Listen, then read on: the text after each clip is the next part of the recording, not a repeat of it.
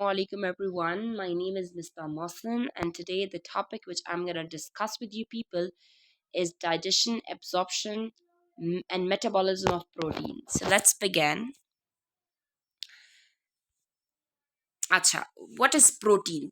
Protein is basically building block of amino acids. ठीक है, देखिए प्रोटीन क्या होते हैं कि ये मिलके किससे मिलके बने होते हैं, अमाइनो एसिड से बनके बने होते हैं। अब हमारा आज टॉपिक क्या है कि प्रोटीन कैसे पहले डाइजेस्ट होता है और फिर एब्जॉर्ब कैसे होता है और फिर उसकी मेटाबॉलिज्म कैसे होती है। अच्छा, अब डाइजेशन का क्या मतलब है, जब आप ऐसा कोई भी खाना खाते हो, मतलब ऐसे कोई भी चीज़ खाते हो इसके अंदर प्रोटीन्स है, तो वो कैसे ही डाइजेस्ट होता है, वो किसकी इसकी ब्रेक डाउन कैसी होती है, इसको हम डाइजेस्ट खाना डाइजेशन होना कहते हैं। ठीक है, उसकी एब्जॉर्प्शन मतलब एब्जॉर्ब का मतलब वो किधर किधर जाके एब्जॉर्ब होता है, और फिर उसकी मेटाबॉलिज्म का मतलब है उसके अंदर क्या केमिकल और एनर्जी चेंजेस आते हैं। ठीक है, मतलब वो कहाँ जाके इस्तेमाल हो रहा है, वो हमारे पास क्या है, उसकी मेटाबॉलिज्म है। तो आज हम ये तीनों चीज़ें डिस्कस करेंगे। ठीक है, अच्छा, फिर हम सबसे पहले हमारे पास है प्रोटीन इन द डाइट। हमारी डाइट के अंदर कौन किस किन चीज़ों के अंदर प्रोटीन पाया जाता है।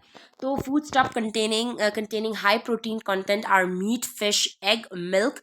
ठीक है, and protein are available in wheat, soybeans, oats and various type of pulses. ठीक है, फूड जैसे हमारे पास खाने हैं, मीट है, हमारा फिश है, आपने सुना होगा कि एग के अंदर बहुत सारा, मिल्क के अंदर प्रोटीन्स पाए जाते हैं।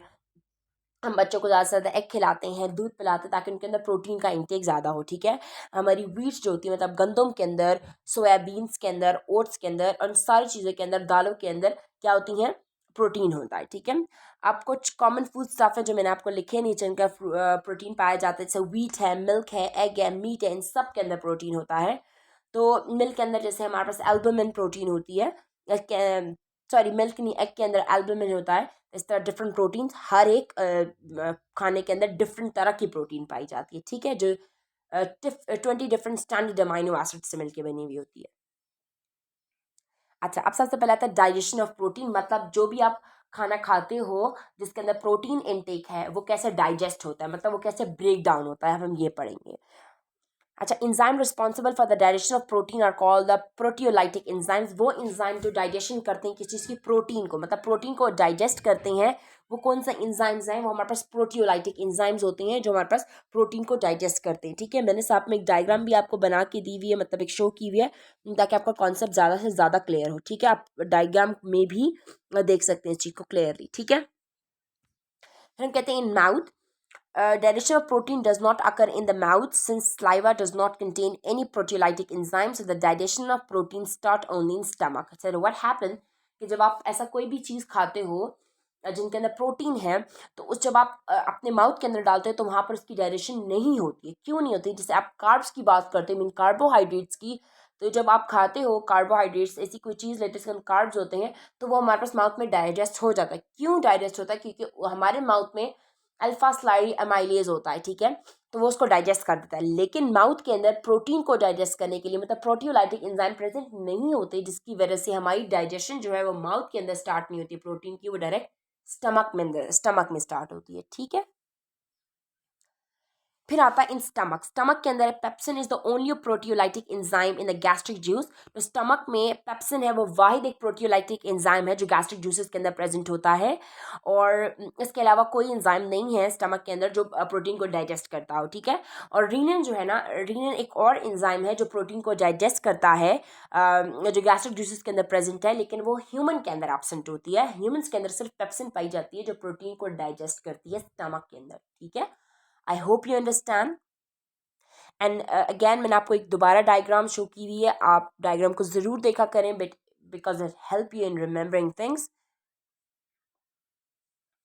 अच्छा, इन स्मॉल इंटेस्टाइन की मैं बात करती हूँ, तो मैंने आपको कहा स्टमक के अंदर डाइजेस्ट हो गया। सबसे पहले मैंने आपको कहा फूड जब माउथ के अंदर जाता है वहाँ उसकी डाइजेशन नहीं होती। क्यों नहीं होती? क्योंकि उसके अंदर एंजाइम्स नहीं है उसके।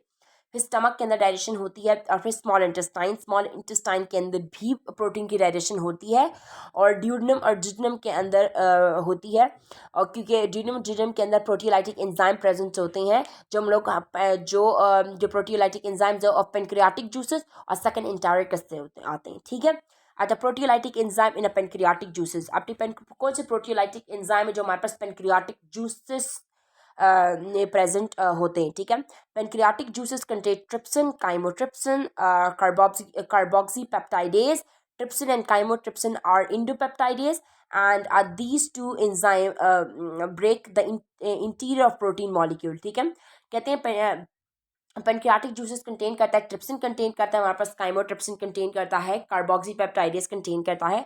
ट्रिप्सिन और काइमोट्रिप्सिन जो है वो इंडोपेप्टाइडेज है। What does endopeptidase mean? Endopeptidase का मतलब होता है कि जो ये वो एंजाइम है जो हमारे ब्रेक करता है इंटीरियर ऑफ प्रोटीन को। मतलब प्रोटीन का हमारे पास जब उसका स्ट्रक्चर होता है, एक साइड पे हमारे पास क्या लगा, कार्बोक्सिलिक एसिड लगा होता है, दूसरी साइड पे अमाइनो ग्रुप लगा होता है। ठीक है, उसके दरमियान में जो ग्रुप बनता है ना, जब अमाइनो एसिड बहुत सारे मिलते हैं तो इंटीरियर जो पार्ट्स होते हैं ना प्रोटीन के, उनको ब्रेक करता है इंडोपेप्टाइडेज मीन ट्रिप्सिन एंड काइमोट्रिप्सिन। ठीक है,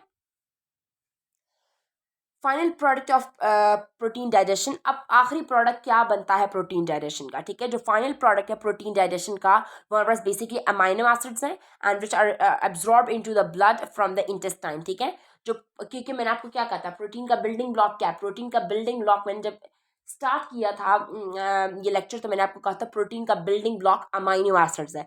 ठीक है, तो ऑफकोर्स जब हम उसकी डाइजेशन कर रहे हैं, उसकी ब्रेक डाउन कर रहे हैं, तो उसके आखिर में कौन सी चीज बनेगी? अमाइनो एसिड, जिससे मिलके प्रोटीन बनता है। ठीक है, और इसको ये कहाँ पर एब्जॉर्ब होता है? बेसिकली ये इंटेस्टाइन के अंदर एब्जॉर्ब होता है। विच इंटेस्टाइन? Small intestine. ठीक है, अच्छा, अब हमने इसकी पढ़ ली डाइजेशन, प्रोटीन डाइजेस्ट हो गया। अब प्रोटीन को एब्जॉर्ब भी तो कराना है ना, प्रोटीन कहाँ कहाँ जाके हमारी बॉडी के अंदर एब्जॉर्ब हो रहा है, अब हम वो देखते हैं। Protein are absorbed in a form of amino acids from the small intestine, and the levo amino acid are actively absorbed by the means of sodium cotransporter, whereas the dextro amino acid are absorbed by the means of vacillated diffusion.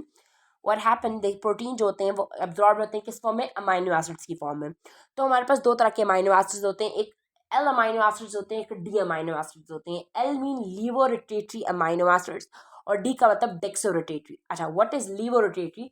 लीवोरोटेटरी amino acid वो amino acids होते हैं जो plane polarise right को left की तरफ turn करते हैं। ठीक है, और जो हमारे पास डेक्सो अमाइनो एसिड्स होते हैं वो क्या करते हैं? प्लेन पोलराइज राइट को राइट की तरफ टर्न करते हैं। तो इनके दरमियान ये डिफरेंस है। तो जो लीवरो रोटेटरी अमाइनो एसिड मतलब एल अमाइनो एसिड्स होते हैं वो बेसिकली एब्जॉर्ब होते हैं by the mean of sodium को ट्रांसपोर्टर। एक मेथड है सोडियम को ट्रांसपोर्टर, उसके मेथड से एब्जॉर्ब होते हैं। अगर आप को ये मेथड समझना है तो आप मेरी पिछली वीडियो यानी कार्बोहाइड्रेट्स वाली वीडियो देखो, तो आपको उसमें समझ आ जाएगी ये बात। ठीक है जी, लेकिन जो डेक्सो अमाइनो एसिड्स हैं वो एब्जॉर्ब होते हैं by the mean of facilitated diffusion. ठीक है, जो डेक्सो अमाइनो एसिड्स हैं मतलब डी अमाइनो एसिड्स हैं वो एब्जॉर्ब होते हैं by the mean of facilitated diffusion. ठीक है, absorption of amino acid in is faster in duodenum and jejunum. ये जो अमाइनो एसिड की एब्जॉर्प्शन है ये ज़्यादा से ज़्यादा ड्यूडेनम और जिजनम के अंदर होती है, बट स्लो होती है किस चीज़ के अंदर? इलियम के अंदर। मतलब ज़्यादा से ज़्यादा अमाइनो एसिड ड्यूडेनम और जिजनम के अंदर एब्जॉर्ब होते हैं, लेकिन स्लो इनकी प्रोसेस किस में होता है? इलियम के अंदर होता है। ठीक है, एंड मैं आपको अगेन एक फ्लो चार्ट शो किया हुआ है, इसकी समरी हम कर देते हैं। माउथ के अंदर डाइटरी प्रोटीन प्रेजेंट नहीं होते, जिसकी वजह से हमारे पास कोई डायरेक्शन माउथ के अंदर नहीं होती। फिर इसकी हम बात करते हैं स्टमक के अंदर। स्टमक के अंदर जब प्रोटीन ऐसे कोई खाना फूड कंटेंट आता है जिसके अंदर प्रोटीन प्रेजेंट है, वो उसकी डीनेचरेशन होती है, मतलब पेप्साइन उस पर एक्ट करता है, पेप्सिन उस पर एक्ट करता है और प्रोटीन को ब्रेक डाउन करता है, हाइड्रोलाइज करता है। उसके बाद वही खाना स्मॉल इंटेस्टाइन के अंदर जाता है और उसको छोटे पेप्टाइड्स अमाइनो एसिड में चेंज करता है। ठीक है, बाद एक्टिव ट्रांसपोर्ट वो मूव करता है, एक्टिव ट्रांसपोर्ट होती है और बाय एक्टिव ट्रांसपोर्ट वो ब्लड स्ट्रीम के अंदर मूव करता है और हमारी पूरी बॉडी में प्रोटीन जहाँ जहाँ एब्जॉर्ब होना होता है वहाँ एब्जॉर्ब हो जाता है। ठीक है, ये मैंने आपको दोबारा सारा एक फ्लो चार्ट शो किया हुआ है, अगर आपको उससे समझ नहीं है तो आप इससे दोबारा देख सकते हो। And this is the end of the video. Thank you so much for watching.